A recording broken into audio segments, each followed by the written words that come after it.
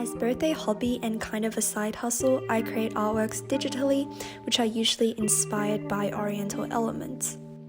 Before beginning an artwork, I often conduct mini research into the subject matter that I'm working on. I often start with gathering visual stimulus by looking through Pinterest, which contains a large quantity of different visual materials sourced from all corners of the internet. Sorting through this overwhelming amount of visual information mostly depends on the envisioning of my final artwork.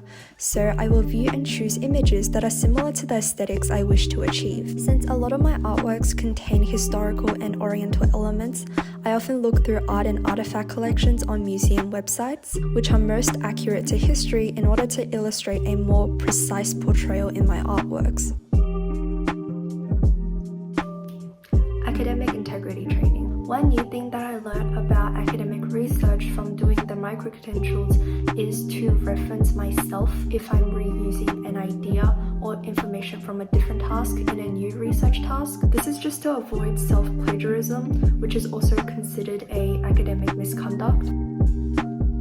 I'm particularly fascinated by YouTube's cancel culture, which has been especially prevalent in the contemporary media landscape. This was also the main idea that our group discussed, and we offered two different perspectives into this social phenomenon. One being that cancel culture is inherently not toxic and should not be restricted within the YouTube community, since it was a way for audiences to voice their concerns with problematic behavior from influencers. Second being that cancel culture should be heavily condemned, since it is harmful and a limitation of free speech to those being cancelled. I think both ideas are good insights to explore within our audio project. A piece of media that has been very important to me this past week is Attack on Titan, the final season, which is an animated series adapted from the manga of the same title. Being able to be immersed in that world again is very relaxing and nostalgic for me. This anime also holds a very special place in my heart because I started watching it since I was in year 7, so it's been with me through childhood, adolescence, and now stepping into adulthood.